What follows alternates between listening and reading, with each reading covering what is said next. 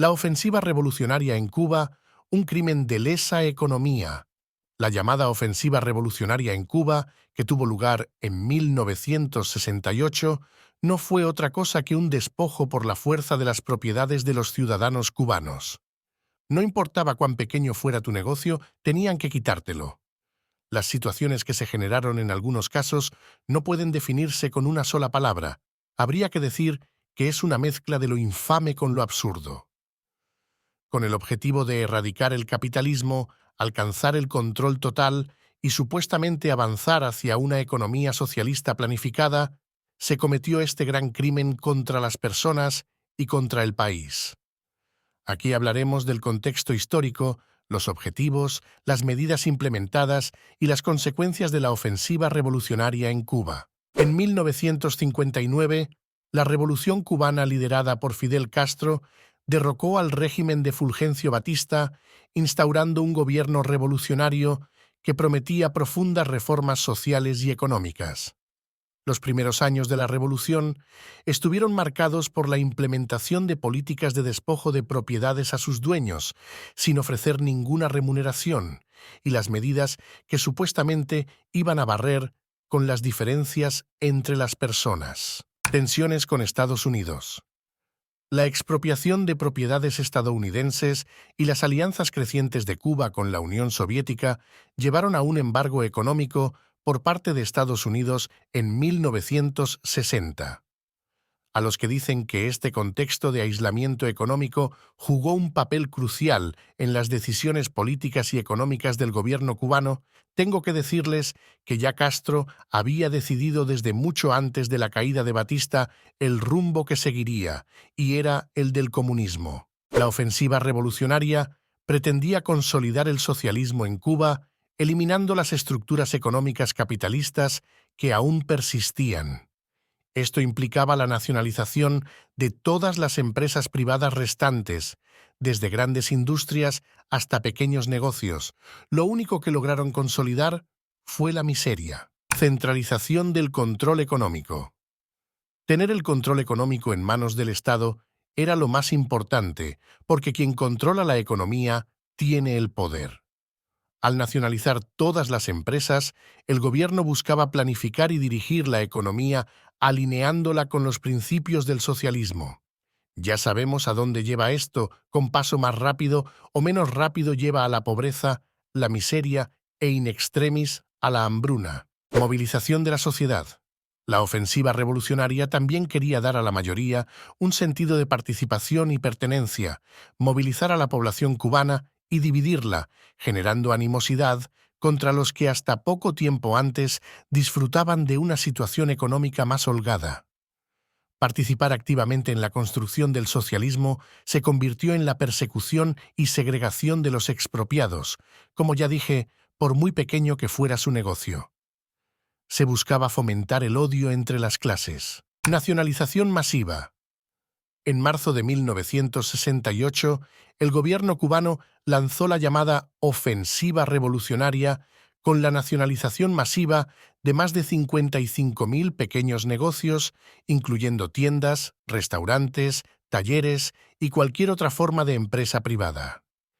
Esto prácticamente eliminó la propiedad privada en el sector de servicios y comercio.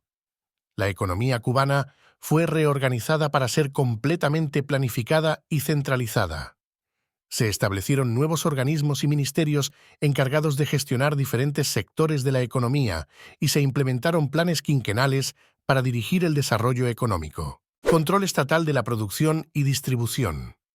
El Estado asumió el control total de la producción y distribución de bienes y servicios. Esto incluyó la gestión de los recursos agrícolas, industriales y comerciales. Las decisiones económicas ya no se basaban en las fuerzas del mercado, sino en las directrices del gobierno. Friedrich Hayek, modificando el planteamiento de Mises, dijo: «El conocimiento es disperso y no unificado. Por lo tanto, el conocimiento individual es siempre imperfecto. En una economía de libre mercado, esos conocimientos sobre la dispersión se coordinan a través del sistema de precios. En una economía socialista de planificación centralizada, después de abolir el sistema de precios, el planificador central no es capaz de poseer todo el conocimiento de toda la sociedad. Siendo incapaz de poseer todo el conocimiento necesario, el planificador central no es capaz de calcular racionalmente la eficiencia de los usos alternativos de los bienes de capital. Puesto en buen español, el socialismo es imposible porque sin conocer lo que prefieren las personas, es imposible poner precios a los artículos o los servicios. Los precios fluctúan debido a la escasez o la abundancia, escasez y abundancia que tiene que ver solo con la preferencia de las personas y con la cantidad disponible de lo que quieran intercambiar por dinero en un momento dado. Si no se generan espontáneamente los precios, es imposible saber dónde invertir recursos ni cómo corregir el rumbo en cuanto a esas inversiones. En fin, se termina produciendo tuercas para tornillos que no existen o que nadie anda buscando. Este malgastar de recursos es la pobreza. Cambios en la vida cotidiana. La ofensiva revolucionaria tuvo un impacto significativo en la vida cotidiana de los cubanos. Muchos pequeños propietarios perdieron sus negocios y tuvieron que adaptarse a trabajar para el Estado. La centralización de la economía terminó como siempre ha sucedido en la escasez de bienes y servicios. Adicionalmente, se hacían campañas de trabajo voluntario, malgastando recursos y generando malestar en las personas. Educación y cultura. La ofensiva revolucionaria también incluyó el adoctrinamiento de los escolares en los principios del socialismo. Se reformaron los programas educativos para alinearlos con los principios revolucionarios. La cultura se convirtió en una herramienta para la propaganda y la educación política. Eficiencia y productividad. Como era de esperar, no logró mejorar la eficiencia y productividad de la economía cubana. La centralización y la falta de incentivos para la innovación y el emprendimiento llevaron a problemas de gestión y a una disminución en la calidad de los bienes y servicios. Dependencia de la Unión Soviética. La economía cubana se volvió cada vez más dependiente de los interesados regalos de la Unión Soviética. Esto proporcionó la subsistencia y también la dependencia, se convirtió a Cuba en un satélite de la Unión Soviética. La ofensiva revolucionaria exacerbó los problemas de desabastecimiento y racionamiento en Cuba. La planificación centralizada y la falta de mecanismos de mercado llevaron a una distribución ineficiente de recursos, lo que resultó en escasez de productos básicos. Consolidación del poder político. La ofensiva revolucionaria consolidó aún más el poder político del gobierno de Fidel Castro. Al eliminar la propiedad privada y centralizar el control económico, el Estado adquirió un control casi total sobre la sociedad cubana. Alineación con el bloque socialista. Cuba se alineó aún más con el bloque socialista liderado por la Unión Soviética. Esto tuvo implicaciones importantes para la política exterior cubana y su papel en el contexto de la Guerra Fría. Cambios en la estratificación social. La eliminación de la propiedad privada y la centralización de la economía también cambiaron la estructura social de Cuba. Se redujeron las desigualdades socioeconómicas, todos eran ahora pobres, por lo tanto, eran iguales, gracias al sacrificio de la libertad individual, la libertad económica y la diversidad empresarial. Ejemplos concretos de los resultados funestos de esa política hay muchos, pero hoy nos limitaremos a uno, quizá el más ridículo desde el punto de vista meramente económico, pero no por ello con menos impacto en la vida de los que lo sufrieron. La historia de la señora que vendía Pru en Dos Caminos de San Luis. La ofensiva revolucionaria de 1968 en Cuba es recordada por muchas historias que ilustran los extremos de la nacionalización y la intervención estatal en la economía. Una de las anécdotas más representativas es la de una señora que vendía Pru en Dos Caminos de San Luis, una localidad en la provincia de Santiago de Cuba.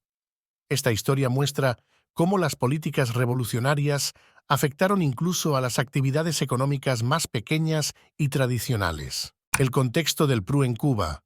El Pru es una bebida fermentada popular en el oriente de Cuba, hecha a partir de raíces, hierbas y especias, conocida por sus supuestos beneficios medicinales y su sabor refrescante. La elaboración y venta de prú era una práctica común en muchas comunidades, especialmente en las zonas rurales, donde las familias producían la bebida de manera artesanal. La señora del Prú en Dos Caminos de San Luis. Josefina, una residente de Dos Caminos de San Luis, había aprendido a hacer prú de su madre y su abuela. Durante años, preparaba esta bebida en su hogar y la vendía a los vecinos y viajeros que pasaban por su casa. Su prú era famoso en la zona por su sabor auténtico y calidad. Antes de la ofensiva revolucionaria, Josefina preparaba el prú con ingredientes locales y un proceso cuidadoso que garantizaba una bebida deliciosa y refrescante. Su venta de prú no solo le proporcionaba un ingreso modesto, pero esencial para su familia, sino que también servía como un punto de encuentro comunitario, donde los vecinos se reunían para charlar y disfrutar de la bebida. Durante la ofensiva revolucionaria, en 1968, con la implementación de la ofensiva revolucionaria, los funcionarios del gobierno llegaron a Dos Caminos de San Luis. En su esfuerzo por eliminar todas las formas de propiedad privada y consolidar la economía socialista, comenzaron a intervenir incluso los negocios más pequeños y tradicionales. Una mañana, los funcionarios visitaron a Josefina y le informaron que su producción de prú estaba siendo nacionalizada. Le confiscaron todas las botellas de prú que tenía listas para vender y le comunicaron que, a partir de ese momento, la producción y venta de prú serían gestionadas por el Estado. Si quería seguir trabajando, tendría que hacerlo bajo la supervisión estatal. La reacción de Josefina y la comunidad. La intervención causó un gran revuelo en Dos Caminos de San Luis.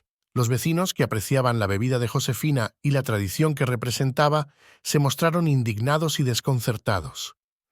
La idea de que el gobierno interviniera en un negocio tan pequeño y arraigado en la cultura local parecía absurda y excesiva. La historia de Josefina se convirtió en una anécdota emblemática de los excesos de la ofensiva revolucionaria y fue objeto de burlas y críticas en la comunidad. Los residentes se preguntaban si también intervendrían otras pequeñas actividades económicas y se preocupaban por el futuro de sus propias tradiciones y medios de vida. Impacto en la vida de Josefina. Para Josefina, la intervención no solo significó una pérdida económica, sino también una pérdida de autonomía y orgullo. Su conexión con la tradición familiar y cultural del Prú se vio afectada y la imposición de las nuevas condiciones laborales disminuyó su motivación y entusiasmo. La historia de Josefina, la señora que vendía prú en Dos Caminos de San Luis, es un claro ejemplo de cómo la ofensiva revolucionaria en Cuba impactó la vida de personas comunes, afectando sus medios de subsistencia y tradiciones culturales.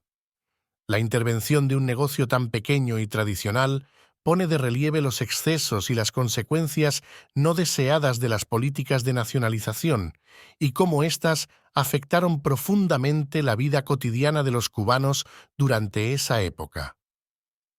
Esta anécdota sigue siendo recordada como un símbolo de los desafíos y absurdos de la intervención estatal en la economía y la cultura locales. Hasta aquí el video de hoy. Si te ha resultado útil, déjame un me gusta y suscríbete si no lo has hecho ya. Hasta el próximo, chao.